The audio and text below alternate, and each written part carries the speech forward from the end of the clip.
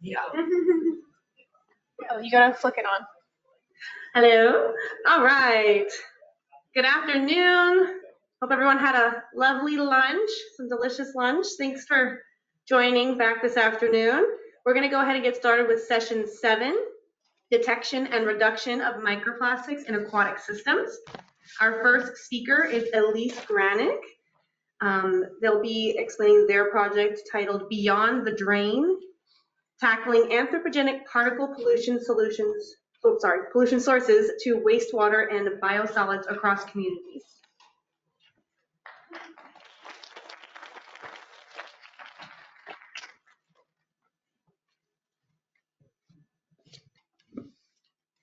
Thank you. Happy to be here and to present to all of you. I have a timer to remind myself how much time I have left. So first I want to acknowledge my awesome co-PIs, and I'll talk a little bit about other collaborators in a little bit, but Suzanne Brander and Tala Navab Danishmand at Oregon State, Angie Doerr at Oregon Sea Grant and OSU. OSU here is Oregon, not Ohio. And Jackie Padilla Gamino at Washington State University, our partners. Oh, next slide, sorry. I'm used to lecturing and controlling my slide movement. So because we just got funded, I'm gonna take a little bit different of an approach. Start out with background and previous research and a current project that's kind of led us to where we are. And then I'll talk about the Beyond Taps project. Next slide, please. So I'll go through these 2 slides really quickly. So major sources that we know of, and you all know about them. One of them is washing machines. We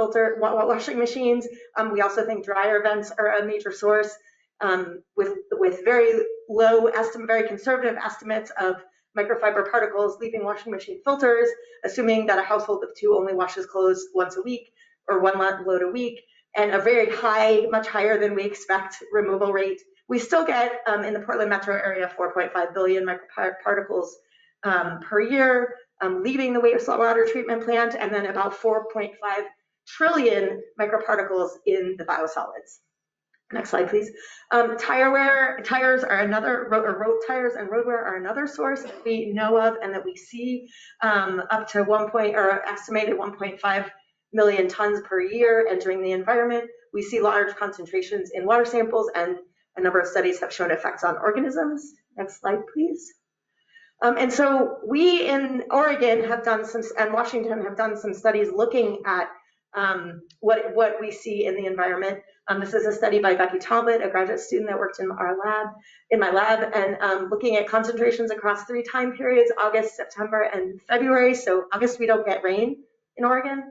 September is the beginning of our rainy season. February is the middle. I've just clipped out September here, and you can see the black is tire wear particles, the blue is fibers.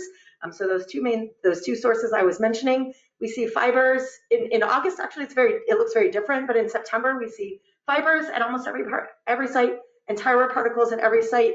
In August, there's very little tire wear particle present. And then in this one site, it makes up 80% of what we see, and you can see that represents over 1,000 particles per day total. So we're talking about over 800 particles, tire wear particles, in this one stream in Oregon every day. Next slide, please. We also have looked in a number of seafood items. I'm a marine ecologist, so we've looked in razor clams and Pacific oysters. We've looked at pink shrimp. We've looked at lamprey, which are culturally and tribally important in Oregon. We've looked at herring, which are ecologically important, rockfish, lingcod, and salmon, also culturally and ecologically important. And unfortunately, we see microplastics in all of them, in almost every single sample we collect. I'll talk a little bit more about Chinook salmon and pink shrimp in a little while. Next slide, please. We've also done some research looking at tree moss as a passive sampler. We still are analyzing that data set, so I don't have any data to report, but we have looked at some of our samples, and from what we see, every sample of tree moss, which is a passive sampler that's readily available in the Portland metro area, contains microplastics. And so we know that there's aerosolized or atmospheric deposition happening, which may be in part from dryer vents and roadways. Next slide, please. So because of all of these findings in the field, and some studies we've done looking at effects on organisms. The group of us that you saw on the first slide, has been interested in, okay, how can we just not, our next study doesn't need to be more documentation of the problem. What can we do about it? Can we start doing some research that actually addresses the problem? So we proposed this project, Microplastics Science Optimizing Solutions, to Oregon Sea Grant, where we wanted to look at stormwater, washing machine filters, and dryer vents as potential sources and see whether interventions or filters in those realms could help reduce microplastics. We were focused on households and then the municipality here, and that's a dryer vent filter on the right. And that project is still underway, so I don't have any great data, although I have some anecdotal data I could share. But because of time, I'm going to move to our current project. Next slide. So as we've been doing this project on the Oregon coast, this MPSOS project, one of the things we've realized is that in working with households, that a large number of the households are actually second homes and not year-round residents. And in these same coastal communities of around 1,000 people, in the summer, many of them swell to 10,000 people. So in the summer, we get this big increase in population, which is increasing the road tire wear particle production in the area, increasing the laundry that's done, increasing the visitation to hotels, to restaurants. And here, this is just, some numbers. So coastal tourism is incredibly important, probably to all of our states. It's economically important, but can have environmental implications. In Oregon, we actually keep track of our annual coastal tourism, and our state population is 4.2 million, and our number of tourist days is 17 million, just at the coast. Washington doesn't separate, they have a lot of coastline, they don't separate their coast out, but you can see that there's a really big tourism number statewide. And we even break it down in Oregon by region. Next slide, please. And so we really wanted to look at how could we work with the tourism industry to try to identify solutions to some of these sources of microplastics. So our project partners range from state agencies and our state legislature to a number of NGOs, at least one of which is represented here, not in Oregon, but elsewhere, a number of utilities and municipalities, some educational entities, and the service industry. And so, next slide, please. And so this project will be using this conceptual framework where we're testing out 3 different filter types, so washing machine filters, dryer vent filters, and dishwasher filters in different arrays in different communities to determine how much particle reduction each community receives based on which combination of filter interventions they have. We also, as with our MPSOS project, we also we'll be conducting surveys about use and how difficult these filters are to use.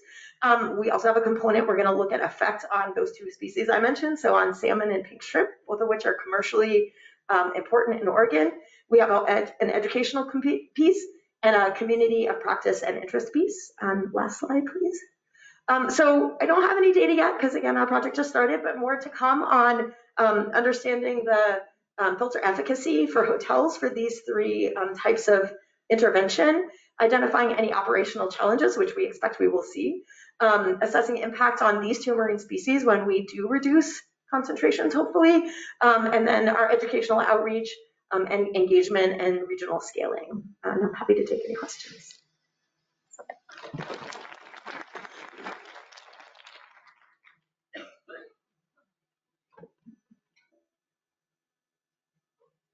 Thank you. That was a great talk. I have a quick question. Yeah.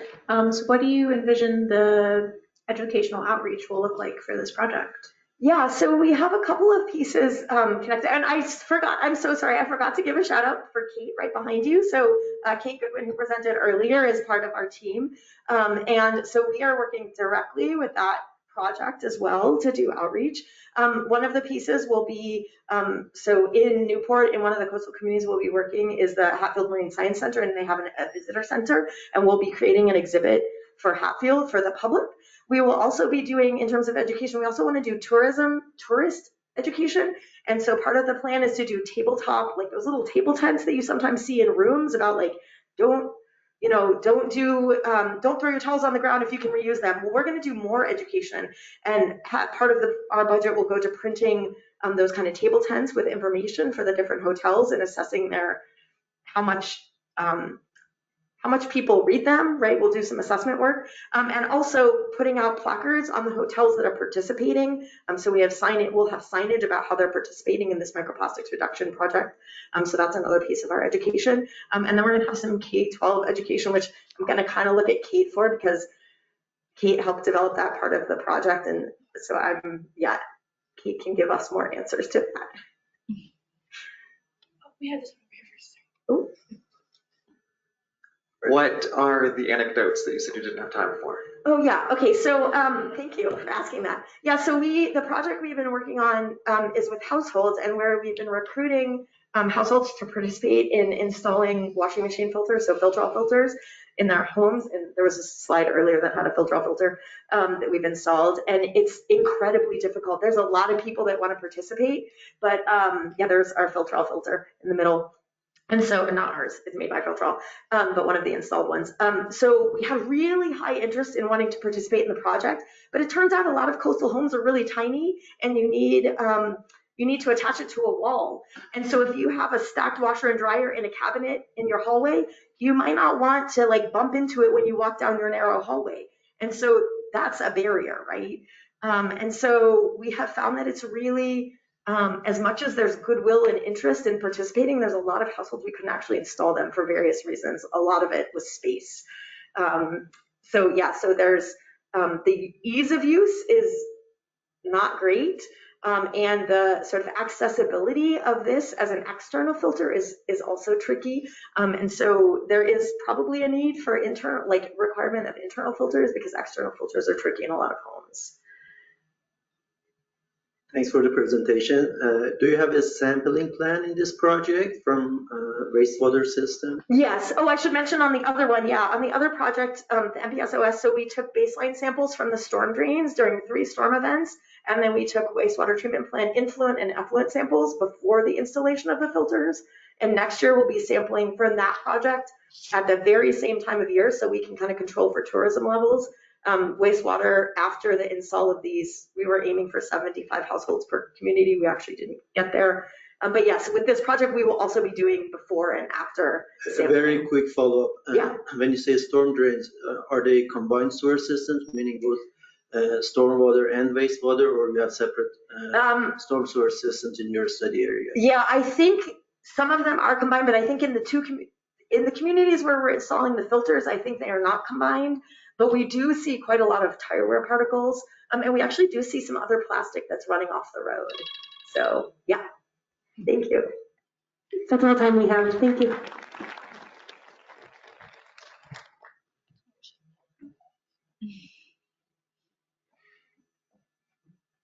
All right, up next we have Beizhan Yan. Going to share with us his project, Developing Sustainable and Closed Loop Solutions to Reduce Synthetic Fibers, Microplastics, and Nanoplastics Leakage from Laundry Systems into the Marine Environment.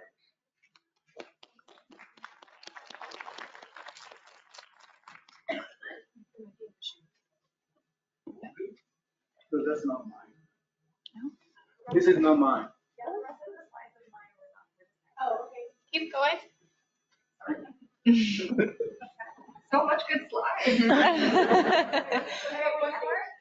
There we Yes. go. All right, so I'm here with my colleagues, Catherine from the New York City grants. What we're going to talk about is developing this, you already read the title. So basically it's try to use, developing this filtration technique that can remove microfibers from the laundries. So next slide, please. So it's great to, after the Elise talk, because then I don't need to talk about these things, because, the one of the things I was mentioning is that, textile input was actually about 1/3 of the microplastics in the oceans, so which is the largest one. So that's why it's so important. Okay, next slide. So, like the point, this objective is going to first is develop this innovative and inexpensive and low energy and high efficiency filtration system for removing the microfibers. The second one, we're going to do stress test, and we're going to be putting into like Columbia University's residents, and also in some of the laundromat. And then third one, we're going to developing the novel approach for recycle and upcycling what are collected, because if you collect it and then you just put it into the landfill, which what's the real reason? So the fourth one will be developing and implementing education and the like outreach activities for consumers, etc. Next slide. So when we designed this one, we try to do one thing is about like 2 years ago when we think about this project and we think about this should be a fashion to fashion circular economy. So the first thing is that we know the fashion using a lot of the like a clothes sell to us, and then in the washing machines and the dryers. And what we try to do is we load the laundry wastewater and then get into this system. These systems itself can retain the larger particles, and the clean water will coming from the top. And then like the systems will keep in the keep in there until you dilute that out, and you dilute out actually into the sludge. And you can also using the clean water to wash it, because after a certain time they're getting very dirty. So you can also dilute that in the sludge, and also you can backwash it. The reason is everyone knows the filter get clogged over the time, and if you don't do that, and basically you lose the like your functionality. So that's one thing, like the work we are doing. And the second thing is actually we are in the sludge. Then we actually developed a method to depolymerize the collected fibers, and and then we try to see whether we can remake the fibers. So that's why it's called this like fashion to fashion circular economy. Gives another one. So currently the target our new system is first is need to be self-cleaning, and also can be regenerating, have the regeneration capacity. So and also require low maintenance. We don't want to like the operators to go to every 2 or 3 times to clean the filter. So that's called no one will comply with that. And also the third one is we need to be last for years, at least at the same time as your washing machine. So that's our target. And also we want to down to the nanometer scale, because we know, I'm doing the research on the health, I know the particles less than 10 microns will be the most toxic. They can get into the blood, they can transport to the very important organs like livers, brain, etc. So we really need to remove that one as coming out from that. And also, and the fifth one is we need to be a high flow rate, that to preventing any wastewater from being holding back. The reason I'm saying that is because your regular household washing machine is about 3 to 5 gallons per minute. If your filter can only handle like a 1 or 0.5 gallon per minute, you can holding a huge bag into your washing machine, and then your clothes may contaminate again. So we want to have a very fast, like a flow rate. So far, we tested a lot of them in the market, and nothing works. No, like filter works to reach to our, target. So right now we're developing this new, like a filter that can handle that. The flow rate can go to 15 gallons per minute. It can be 2 times higher than the needed capacity. We'll test the 100 micron, 10 micron, 0.5 micron, like pore size filters. And next slide.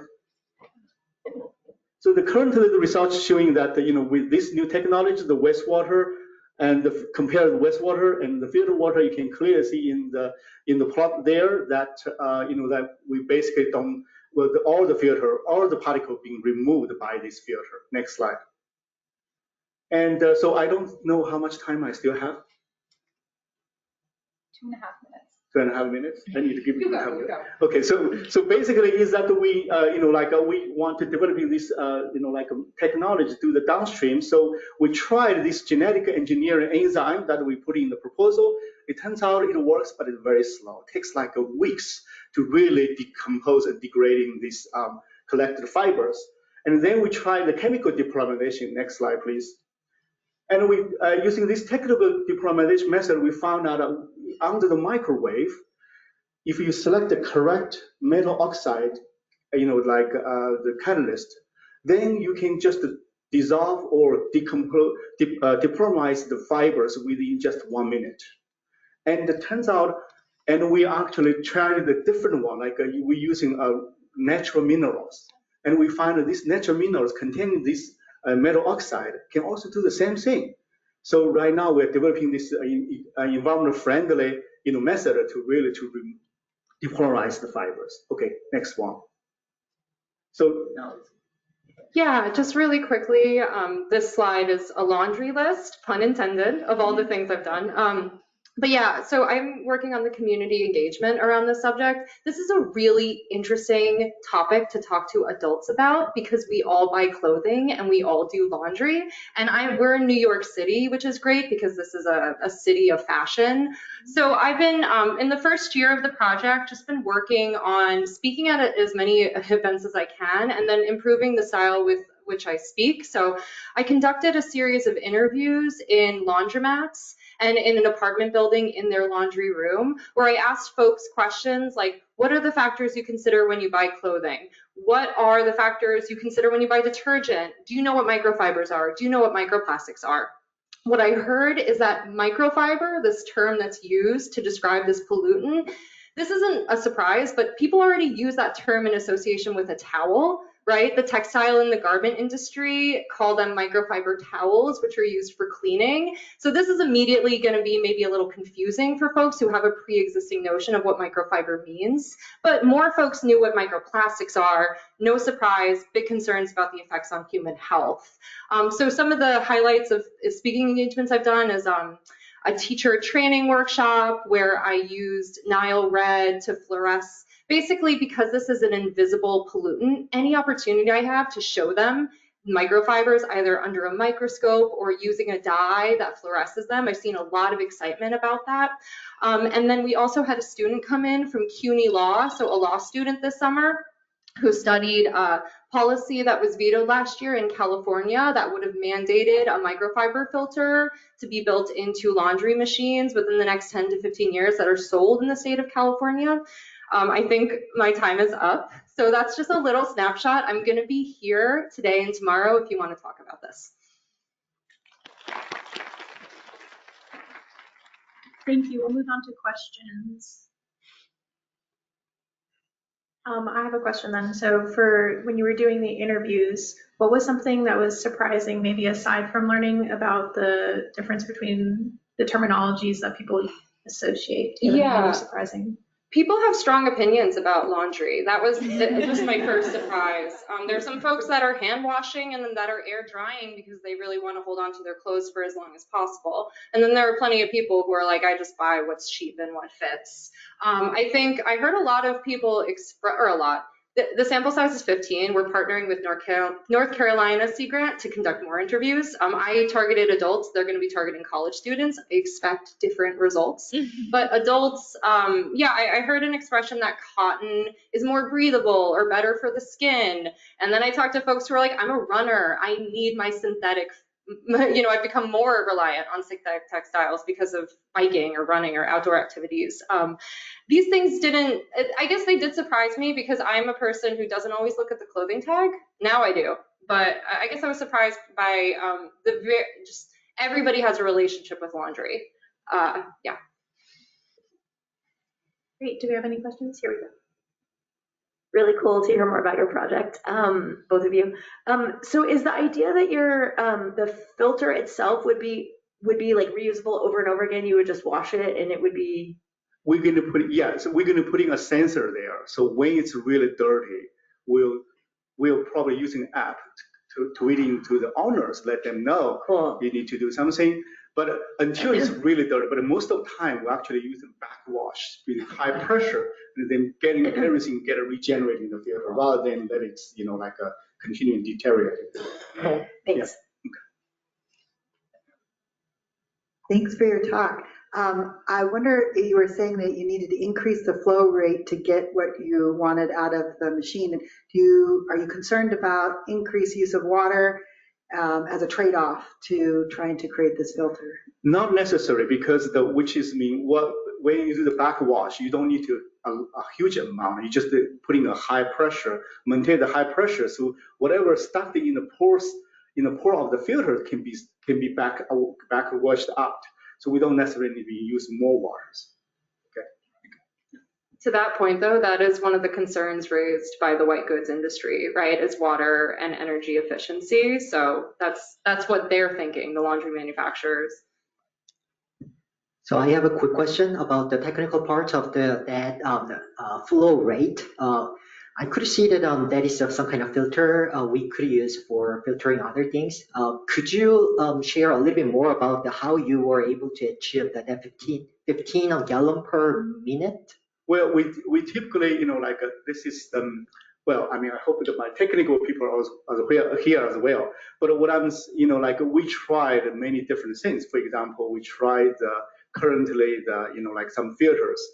It just doesn't work. So we designed something specifically so that with many, small, columns, and so increase the surface area. And in terms of that is actually critical. Surface area need to be high enough. Then how did you, using the geographic, how do you actually using some of the mathematical way to really calculate, what's the most, gain if you put it into the, different shapes. And so we tried, our group is doing that. Yeah. Thank you. Okay. That's all the time we have for questions. We'll move on to the next presenters. Thank you.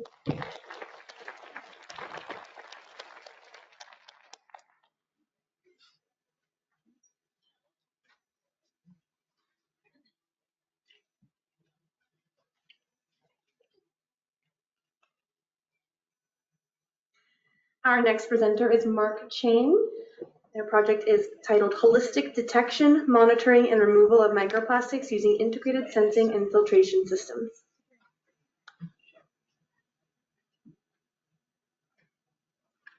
Hi, good afternoon. So my name is Mark Cheng. I'm from the University of Alabama. So since our project just started last month, and actually we don't get funding yet.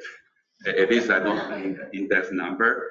So today my job is to introduce our team and see for your feedback, about the project.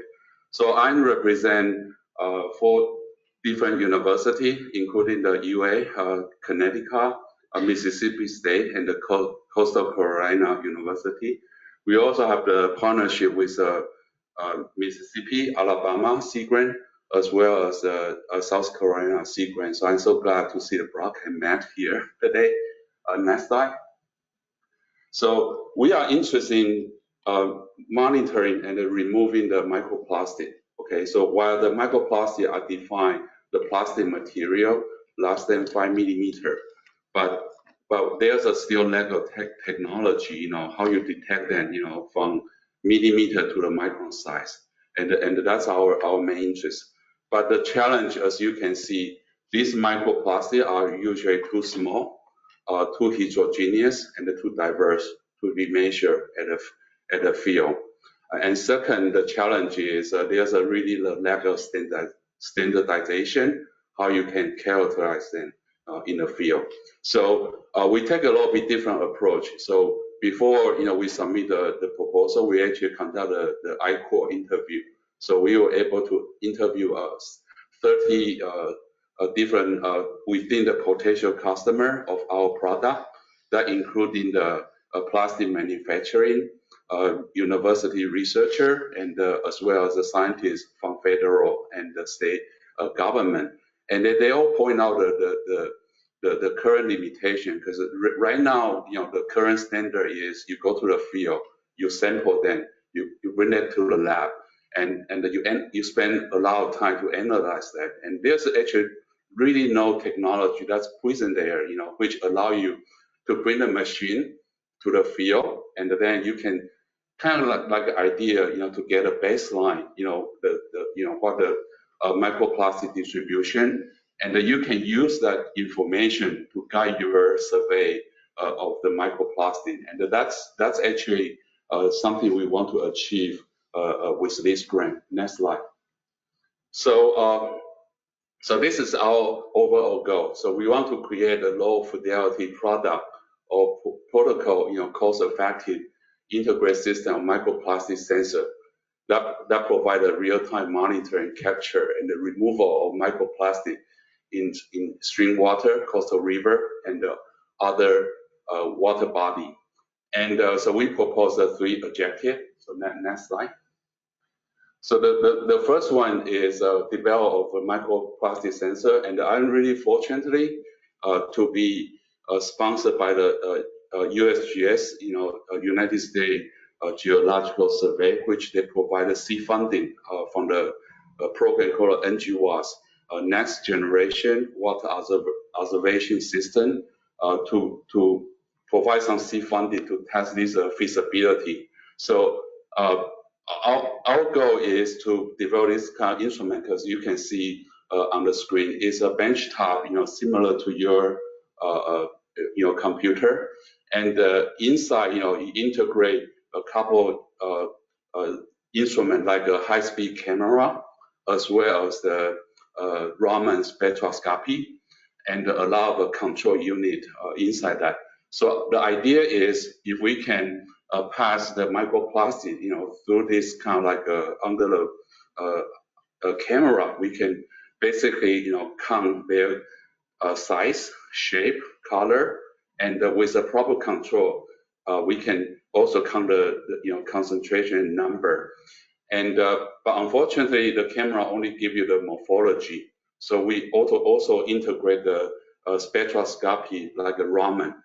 So Raman is an optical technique where you shine a laser on the microplastic, where the interaction between the laser material give you some unique optical spectrum, which allow you to identify the plastic type of the microplastic.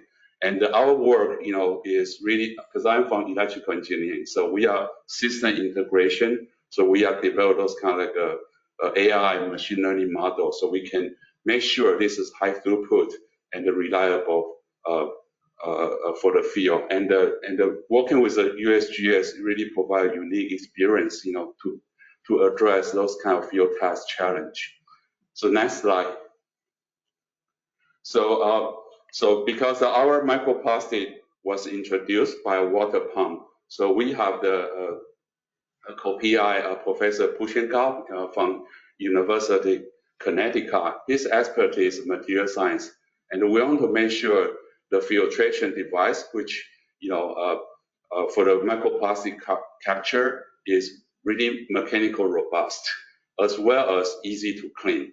So he has done a lot of synthesizers method, and what you can see, those kind of like a column, they are very effective, when you remove the microplastic, and more importantly, once you get a filter cloth, you actually can just use a IPA and easy to clean. Next slide.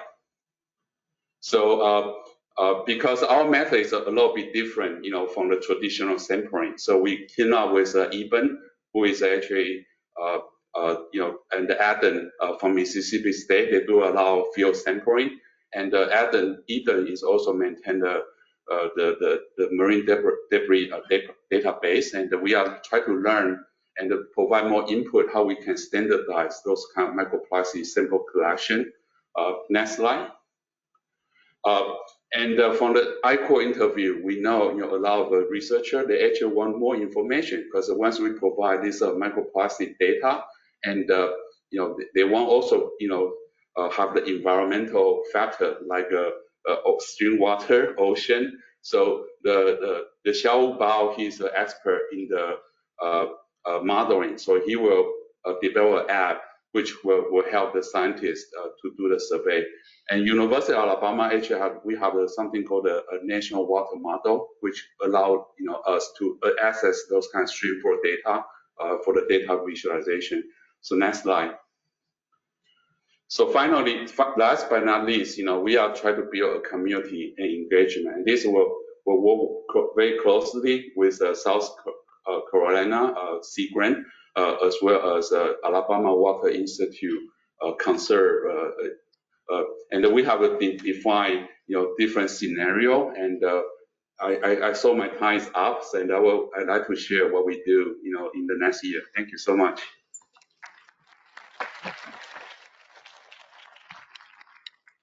Questions? Thank you. We'll take questions from the audience. Great presentation, thank you.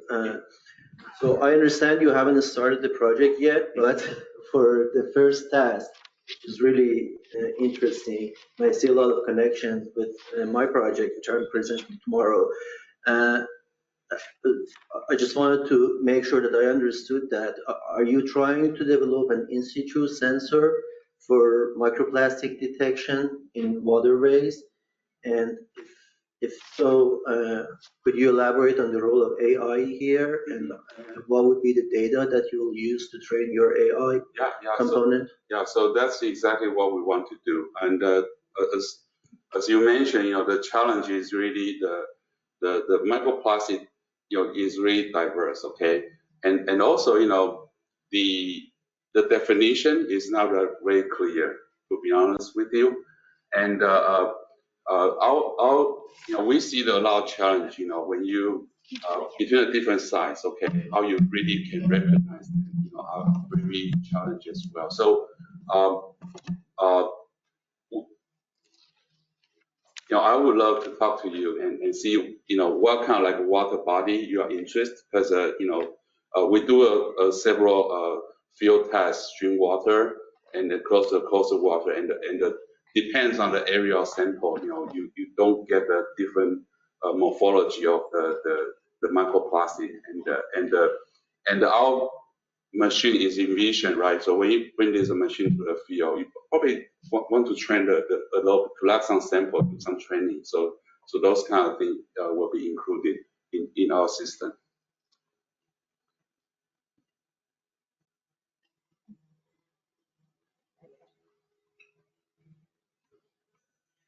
Interesting talk, thank you. That would be amazing to have a field-based sampling unit. I know you haven't made it yet, so you might not be able to answer any of these questions, but if you have any thoughts on, I was just curious if you have any thoughts on like the speed of the unit you're trying to design, like what size, is it going to be like a typical ramen down to like 5 microns? If you have any sense of the cost, and also if you think that with the AI piece, you might be able to get around the issue of ramens being poor at reading tire wear particles. Yeah. So there are several questions here. So for the throughput, the ramen itself is very slow. That's a fact. Okay, so that's why I hope that most of the identification will be done by object detection using the camera. Okay, but if you think about the logic, right? So if you are seeing a lot of things that's redundant, you probably not really look into the more detail about it. And so our system will have the kind of like isolation, so to speak. So we can, if you see the object was interested, and then you capture them and look at them more carefully. That was the logic behind this. The cost. So this is definitely is not cheap. Okay, unfortunately. So that's why during the I-Core, we think our potential user would be plastic manufacturer and the scientists, and that we want to make this reasonable, but I cannot get a tech price right now, so a lot of things still ongoing. Yeah. We have time for one more quick question.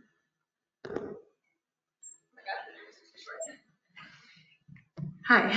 I don't know if this is something that's on your radar at all, but I know of a company called Ocean Diagnostics. Yeah. I don't know if you've worked with them at all, but they do some really cool stuff with imaging and ID and stuff. Yeah. So definitely there's a lot of competition, FlowCam, Ocean Diagnostics, and those kind of things. So we are talking in some unique value proposition, so to speak. Yeah. Thank you for that feedback. That is all the time we have for questions. We'll move on to the next speaker. Thank you.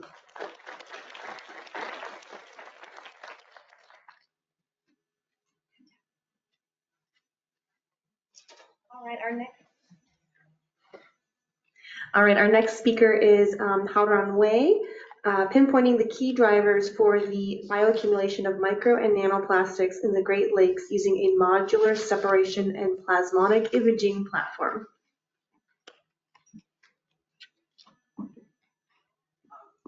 Good afternoon, everyone. Sorry, only my name is here because I didn't know we can co-present until yesterday. So, and I asked Jeannie if she wanted to like co-present with me, and Jeannie said yes. That's great because Jeannie is an expert on the outreach and education part. Is better person to present that component than me and Jeannie. Okay, next slide, please. So the overall goal of our project is to identify the key drivers for the bioaccumulation of nano and low micrometer microplastics in the Great Lakes food webs. Scoot this way so the camera can see you, sorry. Okay. Using a novel standardized high throughput analytical platform. So the keyword is the nano and low micrometer microplastics. So we specifically focus on the smallest portion of microplastics with a size below 100 micrometer. And actually, most of our effort will be spent on detecting the microplastic lower than 10 micron because as Dr. Yan mentioned, they're most toxic because their size, small size, and also they could potentially absorb more toxic chemicals and can be ingested by organisms. So they could have a high potential for bioaccumulation and biomagnification. So far in the literature, the data size of low micrometer microplastics and nanoplastics in the Great Lakes is so small because I think the primary reason is we do not have a reliable detection method for them. So that's why the first part of this project is focused on developing an analytical method. And the second goal of this project is to cultivate a community of practice centered on indigenous engagement in science to design and execute our project outreach and education initiatives. So we have some tribal partners that live on the coast of Lake Superior. So to collaborate with us in this project. And the team, so my name is Haoran Wei, I'm from University of Wisconsin-Madison, and the co-PI is our Gavin Dennard from Wisconsin Sea Grant, and Mo An Quinn from University of Wisconsin-Madison, and Sarah Jensen from the USGS Upper Midwest Water Center, and Jeannie from Wisconsin Sea Grant, and Travis from STEM-SIC Research in Maths. Next slide, please. So to detect the nano and low micrometer microplastics, we need a method to capture them from the Great Lake water, right? So we propose to use membrane technology, and currently we're using a fractionated membrane filtration module that composes like 4 layers membranes to separate and pre-concentrate microplastics in water. And the purpose of the separation is because the large particles, I will use Raman spectroscopy imaging for the detection. So for Raman imaging, the larger particles usually will overshadow the signals from the smaller ones. So it's better to separate them before imaging them. For this project, we will add two additional membranes, either polymeric or ceramic, at lower pore size for 0.2 micrometer and 0.02 micrometer to capture nanoplastics. And we also want to make this membrane module portable because we want to install this module on the boat without transporting like tens or hundreds of liters of water back to the lab. And the second goal is to improve the efficiency for this nano and low micrometer microplastic separation and concentration and also lower the interference from the subsequent Raman spectroscopy analysis. So the method to do that is to add a plasmonic structure onto the membrane, either by called a thin film or metal metal layer on top of the membrane, or we can add some nanostructure like nanowire on top of the membrane to like enhance the Raman signal from the plastic and shield the interference from the membrane underneath and to quench the fluorescence from the water sample. Next, please.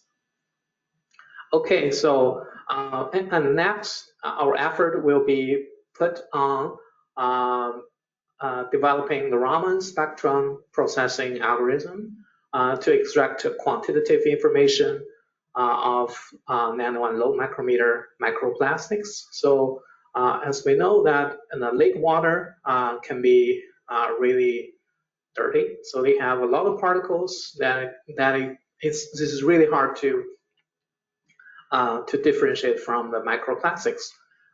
So as you can see here, our method is to kind of like to pre-treat the Raman data and reprocess that, and we got like no positive, no false positive from the background, and we can capture every tiny little particles within the map. Next, please.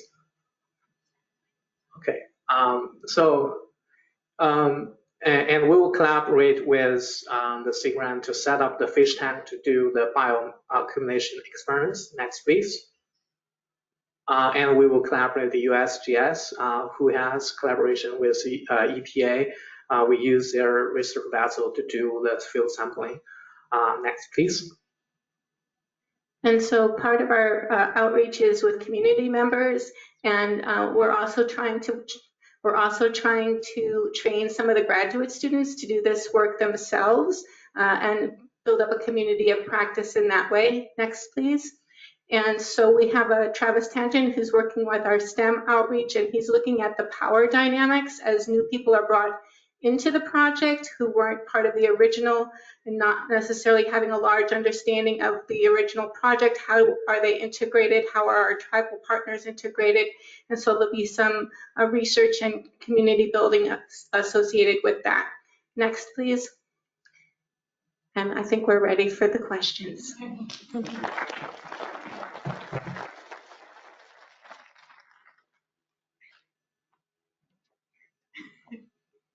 We have time for audience questions now.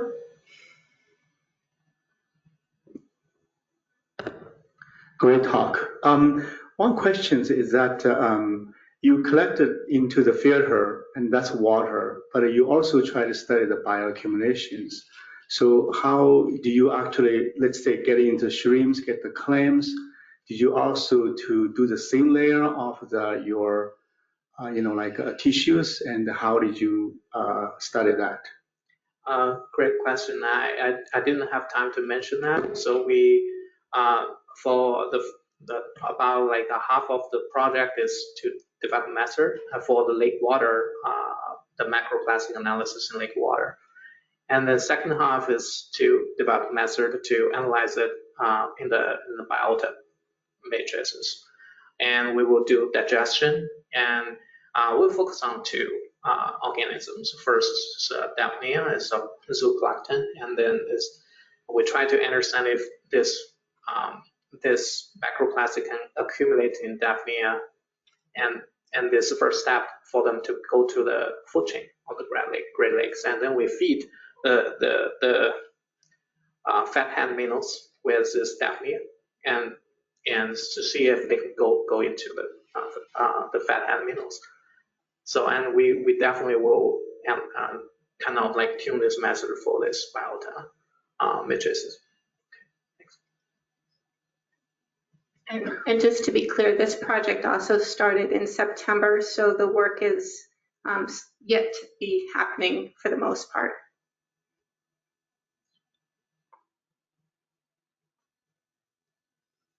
Do you have any other questions? You can also, online audience, add questions into the chat, and we can answer your questions online as well. I have a question for you guys. So what are you most excited for going into the project in the upcoming year? I think it's just teamwork. So we have a wonderful team, and we meet monthly, and we discuss all kind of challenges we have and progress we make. Yeah, and also learning a lot from this. So that's the exciting part. And we have a team of students too. So Yeah, and I think for me, just looking at the diversity of the team. So many of these people are tied to UW-Madison, but most of us had not met one another and worked with one another closely before. And so the opportunity to kind of expand our UW water network and the work that we're doing collaboratively. A quick question for you. So, well, a comment first. I used to be engaged in a lot of watershed level studies around human source pollution, fecal bacteria, and we would use a fluorometer to try to pick up, detergents and fluorescing agents in the water column as sort of a quasi sort of first alert that we were onto something, right? We were onto something funny. When you mentioned that there was, I think you said the water was dirty, are you suspecting that it's sediment or dissolved particles in the water that are interfering with your procedure? And if that's the case, are you going to did you mention another filtration to remove those particles? So when I say the water is dirty, I mean the water I was using. I use the Lake Mendota water. Lake Mendota is next to the campus of University of Wisconsin-Madison, and it's a eutrophic. We collect water samples in the summertime, so it's a eutrophic lake, so it can be nasty at that time. But the Great Lakes generally is cleaner, so that's a good news for our method development. But there's still a lot of junks, like particles, like frozen things, like within the map, within the image. I'm wondering, because one way we got around that was calibrating our instrument to sort of the ambient the water, just to sort of account for that interference. And I'm just wondering if there's a way to work around that. Well, we filtered out the very big particles. We keep the natural occurring particles in the water at the same size as our target analyzed, because we couldn't filter that, right? Mm-hmm. There, for our Raman mapping is challenging because you got a lot of like fluorescent signals, right? You cannot rely on that to say, oh, there's a Raman band at this, there's signal at this specific wavelength, Raman shift, and we claim that's from a macroplast. We have to add a lot of filters. Like we have to identify multiple Raman bands from a polymer to reliably say we got a positive hit. And we have to rule out any potential interference like fluorescence, like some interference band from other stuff in the lake. So, and when the particle size is getting smaller and smaller, it's got challenging to quantitative analyze it because the signal to noise ratio is getting lower. And if we want to get a reasonable, we want to scan this map in a reasonable period of time, we have to like really play with the data, kind of play with noisy data, highly interferent data to get the quantitative information from that. This is the part of the project. Thanks for the question. Thank you. That's all the time we have for questions. Thank you.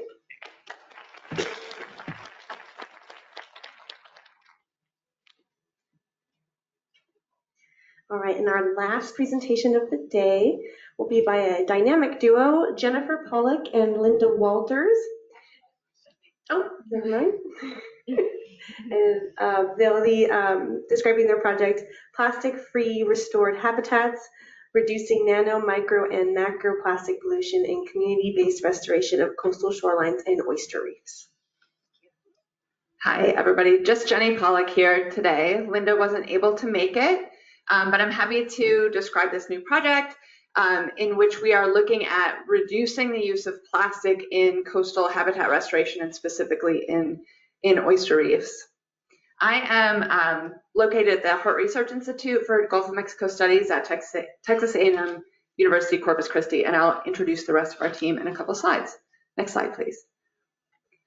Okay, just a little bit of background. I mean, everybody's given great background, and this is very relevant, and the rationale is very similar to the projects that have been presented over the past couple of days. But as we know, coastal habitats are being degraded by anthropogenic changes as well as environmental changes.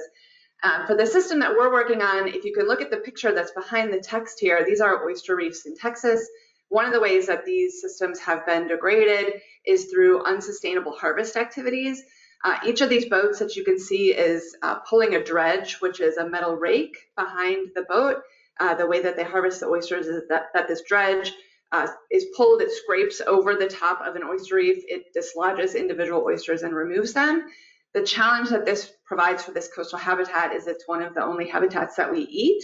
And also the habitat itself is necessary for this this important coastal organism to survive.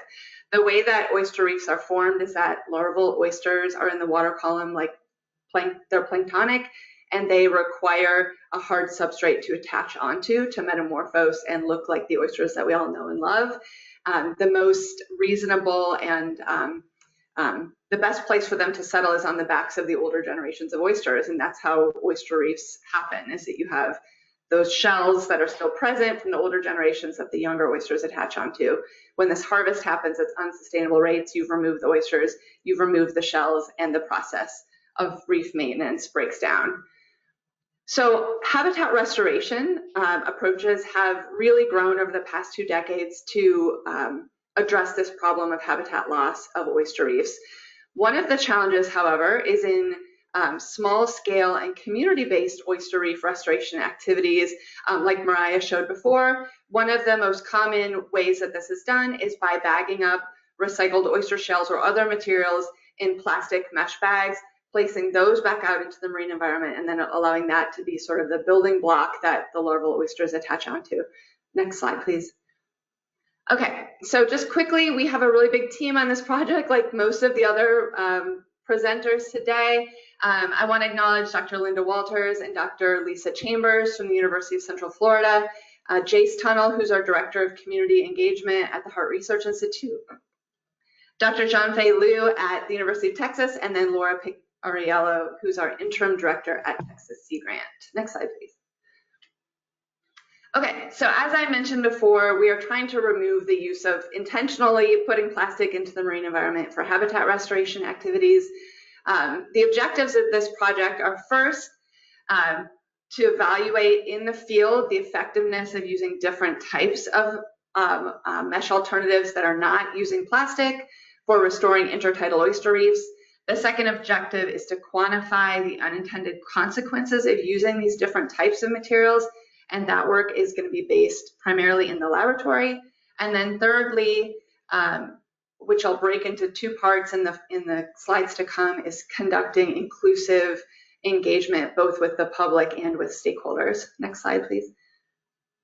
Okay, as I said, we're just getting started in this project as well, so I'm going to talk a little bit about what our plans are over the next year. So our first objective, again, is this field testing of a variety of sort of 2nd and 3rd generation materials for use in habitat restoration. I say 2nd and 3rd generation materials because Linda Walters and I have already published a few papers on sort of 1st generation materials.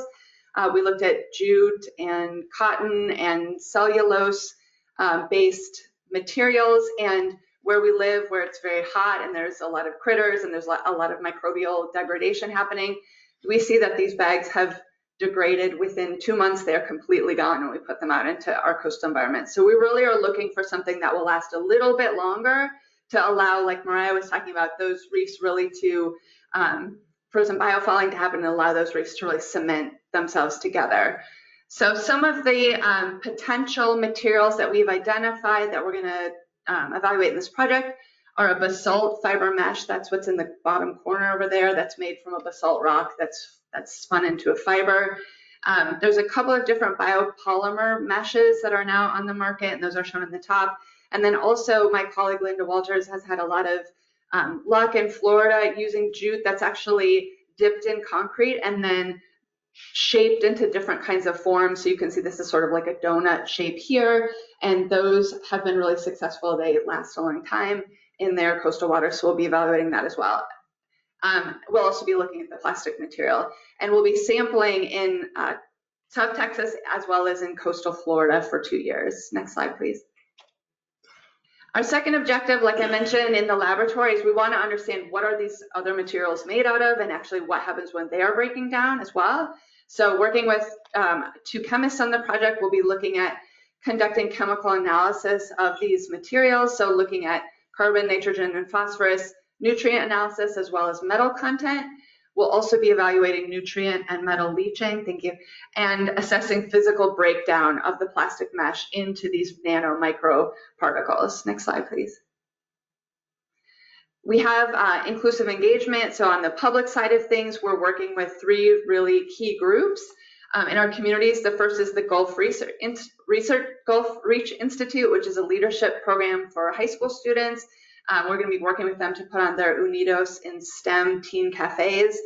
Voices of the Colonias is a nonprofit in South Texas that works in the Colonias, which are these unincorporated regions that lack basic services along the Texas-Mexico border. And then in Florida, we'll be working with the ARC of Indian River County, which is a nonprofit supporting adults with intellectual and developmental challenges. And we have history of successfully working with all these partners. Next slide, please. And then a really important piece of this, like a lot of other people have talked about, is engaging stakeholders. So Texas Sea Grant is helping us stand up a stakeholder advisory board so that we have a pathway for the findings of this project to actually be put into application. That includes developing and distributing educational resources, developing a decision support tool that can be used for resource managers. Part of this project actually includes money so that once we've identified the best performing material, we can actually distribute it to other practitioners across the Gulf of Mexico and maybe into South Carolina as well, so that we can try to facilitate a large scale shift to something that really is a good alternative material, and then knowledge transfer through conferences and meetings. Next slide, please. Next slide, you can skip this one. Just some of the benefits and impacts that we have planned for are community engagement and really creating that culture of local stewardship through involvement in the project, reducing the intentional introduction of plastic into the marine environment, and enhancing ecosystem resilience through those activities, development of sustainable best practices by identifying material that is actually a suitable alternative, helping to inform resource management decisions and planning for small scale restoration, and then all of those things together helping to benefit cultural and economic gains. Next slide. We're in our first year, so our timeline over the first year is to really get all of this started. So starting our lab trials, getting these materials out into the field and beginning our monitoring, as well as starting our stakeholder and public engagement. Next slide. Okay, this is all I have. If you have any questions, please feel free to reach out to me. I also wanted to put Linda Walters' contact information up here for all things Florida, and thanks so much for listening.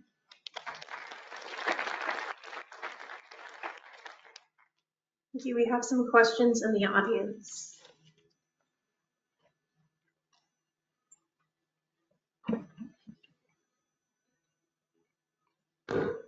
Good afternoon. I enjoyed your presentation. Is there a problem with using steel mesh things to keep the oysters in? We have not tried using steel mesh ourselves, and I know that some folks have tried to use sort of like, I don't know if it's steel or not. They've tried to use like extruded metal mesh sort of a situation. Some of the issues that have happened in the past with that is getting critters stuck inside of it. So for example, you'll get larval crabs and things that actually will recruit in when they're very small, and then they're trapped in there. So then they're first trapped, and second of all, then they're gonna eat everything that's inside of that container. So we haven't used it, but there's some other problems that may come from putting something out there that is basically like a cage. Any closure would be, I'm sorry, wouldn't any closure, no matter what it's made from, give rise to the same issue? That's why we're hoping that these biodegradable alternatives the point of them will be to degrade. We just don't want them to degrade in 1 month. We're hoping that they degrade a little bit more slowly, because the natural process of the reef formation will eventually cement that together. So yes, it's a bit of a, we want it to go away, but just not as quickly as 1 to 2 months, as we've been seeing with the other materials. Yeah, thanks for your question. That's a very good point. Thank you, Jennifer. This might be a little far out, so bear with me, but I'm just thinking about like our blue mussels in Maine, the middle of this edgeless, they send out their byssal threads and they create these natural sort of clumps of shellfish together, or the cement that you were referring to in oysters when they lay down their cement to adhere to others. Is there a way to proliferate that process so you can not have to have like a bag around them? I mean, it's just, I don't know, I'm just trying to think of the biological mechanisms that do this natural clumping and. Yeah, no, I understand your question. The closest thing that I can think about is the use of oyster hatcheries, right, where they're setting oyster larvae onto some sort of a material like a block or a rock or something in a tank, and then you would let them grow up to a certain size and then bring them out into the environment. We actually have a new project starting to look at that, not for this purpose at all. There are some of the work that has been, actually a lot of the work on that type of application has been done on the East Coast. There are some challenges if you put itty bitty tiny oysters or really itty bitty tiny anything out into the environment. There's a huge predation threat. Something could just come along and gobble them all up while they're really susceptible. So there are some, like one of the ways that people have tackled that is actually to put mesh around them to protect them from predators. So there are, I think a lot of this will probably be very context dependent. Like some of the materials that are out there right now work just fine in certain areas. We're just finding in the Gulf where it's very warm that the things are breaking down so quickly that we're challenged to find something, at least right now, that's available that will fit the bill. Thank you. That's all the time we have for questions.